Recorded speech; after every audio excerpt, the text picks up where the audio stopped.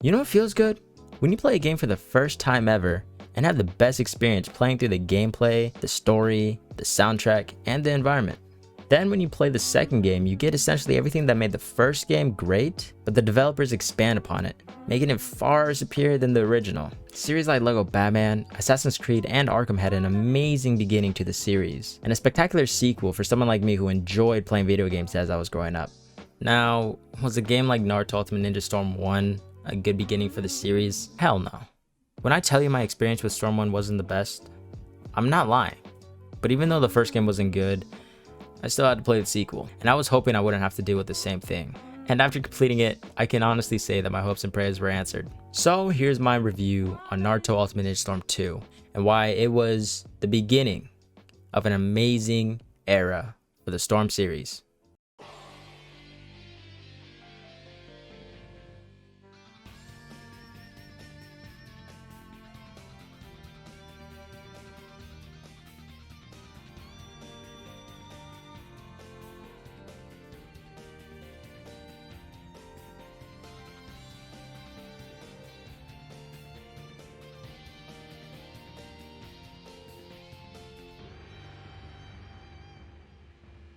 The fact that CC2 was actually able to make a sequel that was highly improved upon from the first game was something that I already expected and never doubted them for a second. Stop the cap. Stop the cap right now. Stop the cap.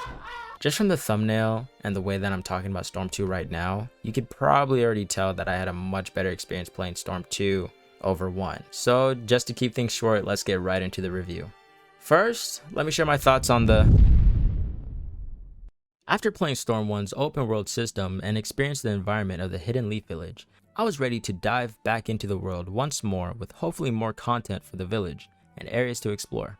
And what we were given was nothing like the first game at all. The free roam, if that's what you want to call it, was probably the most disappointing part of the game in my honest opinion, because of the fact that you weren't exactly able to explore the village like your traditional open world games. You were restricted with specific camera angles set for you automatically as you ran around, making it difficult for the player to sometimes move around and avoid getting stuck in certain spots or even avoid other villagers. Traveling also felt like a drag because the characters would usually do slight jogs that took ages to get from one point to another, and there wasn't any sprint inputs or even fast travel to make things easier. In those aspects, it was poorly made, and there could have been better uses of the game if they simply included more features. However, what I did enjoy was the fact that the open world system of Storm 2 created an environment where the world of Ninja actually felt lively for once, and everything visually looked outstanding. Because of how compact the village felt, there was certainly a lot more villagers roaming around doing different activities,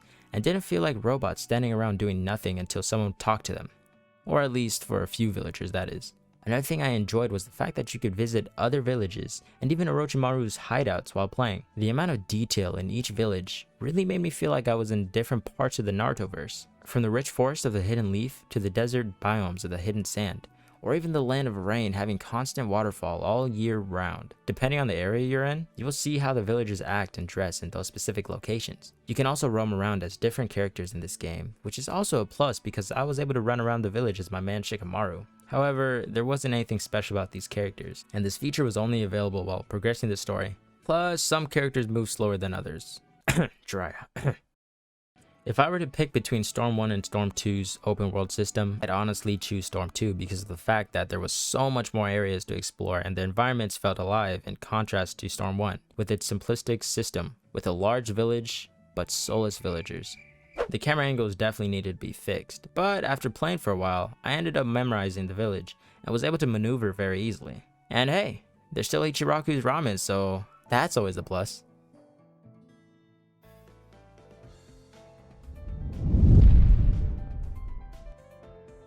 Man, oh man, did they make some improvements on the gameplay for Storm 2. Some were for the better and some for the worse. Let's first start off with the pros of the game. I really liked the fact that there was so many new jutsus and ultimates available for the characters of the series, like Naruto's Rasen Shuriken when he was up against Kakuzu, or Sasuke's Kirin when he was fighting Itachi. And even if some of these characters never pulled off those moves before, the cinematic sequences were still beautifully created, which is something CC2 always managed to do throughout the years. Like, let's be honest, ain't no way Tenten is pulling off that jutsu against anyone. It's moving so slow, get out of the way. The game also allowed characters to do combos that didn't feel like you were playing the same person, and instead, each had all new unique movesets. It was truly as if all the characters from Storm 1 had grown up and gotten stronger. Even Sakura. What? No, I'm actually being serious on this one. She's gotten a lot better since Storm 1. You know, I might actually start maining her. Yeah, right. Nah, like that'll ever happen. Now onto the cons, which there really wasn't a lot because I didn't have that many issues from the gameplay itself. However, Storm 2 did add a new feature that I wasn't exactly a fan of to begin with. In the game, they added a system where if you lose health from a mission, it will carry over to the next mission unless you use items that could be bought in stores or earned from quests. Now, I usually never visited stores because I didn't have the need to buy items, but now I made a lot more visits after getting my ass whooped from some of the missions, thanks to my opponents always getting major damage and defense boosts. It was a struggle. I guess another small complaint I had with the game was the fact that they removed features like being able to fight on walls and have jutsu clashes. But as I was playing, I didn't really notice all that much, so to each their own, I guess. All in all, the gameplay felt great, but not yet complete.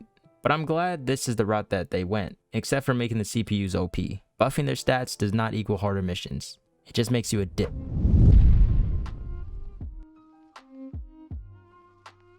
Now, I don't want to sound like I'm ungrateful for the list of characters we've received in the game. As a matter of fact, I'm glad that we received so many more new characters with the addition of the Akatsuki, Killer Bee, Minato, and Lars Alexanderson? Who the hell is... One moment.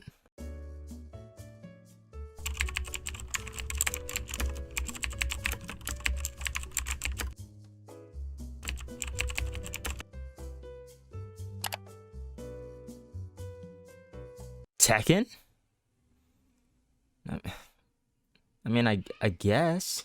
With the wide variety of shinobi, there was so many new playstyles like I previously mentioned. You can play as Daedra, who plays exactly as you'd expect, from a distance spamming his bomb like a bitch. You could also play as any of the puppet users, but let's be honest. Why would you put yourself in that situation in the first place? Do you hate yourself? Is everything okay at home? Then why the hell would you play? Or you could play as Sakura. Y'all must really think I'm joking, but that's the thing. I'm not. Matter of fact, watch this gameplay real quick. A few moments later. Ain't no way, bro. Wait. Ain't no way she's actually getting clapped out. What? Sakura's trash. One of my complaints for the game is the fact that they didn't bring anyone over from Storm 1 as playable characters. I understand that Shippuden is more focused on the older characters, but why would you give us a mission where we could play as Naruto fighting Sasuke when they were kids, but not let them be playable outside of the story mode? The characters were right there and clearly available. Oh well, at least we got Sage Mode Naruto.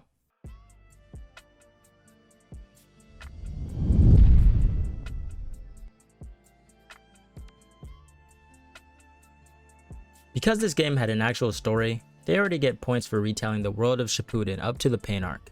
I'm so glad that CC2 actually got rid of the missions XP system that prevented us from progressing throughout the story mode and let us actually be a part of the series and a great summary of what happened. While playing, there was a lot more boss fights than there were previously in Storm 1, and they felt so different from each other entirely.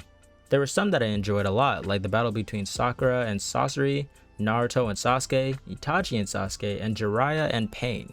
The amount of emotion some of these chapters held throughout the game really had me look back at the time I first watched these scenes in the anime, and the fact that the game was able to recreate it with the same feeling had me extremely impressed. For example, during the fight with Itachi, the game makes you feel powerless in the end as Sasuke tries his best to get away from Itachi, but all he could do was constantly trip and feel endless fear believing he was about to be killed.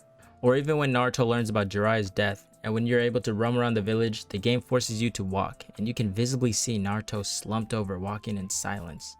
It was hard to watch those scenes in the anime, but when you have to actually play and do those scenes yourself, CC2 are some sick bastards, I tell you. But it wouldn't be a Storm game without the quick time events in every boss battles.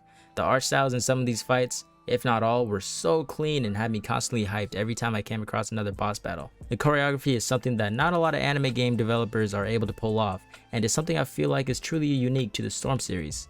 I mean, look at how clean these scenes are. Naruto and Sasuke never fought during the Tenchi Bridge arc, and it still looks amazing. The developers were certainly in their element when creating this game, and have done an excellent job having their players relive the story of Naruto Shippuden. And now the time has finally come. Here are my... Please everyone give CC2 a round of applause. They actually did it. Storm 2 was actually better than Storm 1, which shouldn't have been a challenge in the first place, but hey, they actually did it, huh? I'm glad that CC2 actually learned from their mistakes early on, and quickly worked on improving with the next games that came after Storm 1. There were of course a couple complaints that I had, like the poor camera angles during the free roam, and the fact that your health carried over after every mission that you did. But that was all forgotten once you've actually fully dove into the world of Naruto. Am I satisfied with the product that we were given? Of course. Do I still think it needs improvements? For sure. But if you're a fan of the series like me, then I definitely recommend you guys picking up Storm 2 for yourself and hopefully formulating your own opinions on it. With that being said, I hope you guys enjoyed watching this review. Don't forget to leave a comment, like, share with your friends, and also hit the subscribe button. Take care everyone.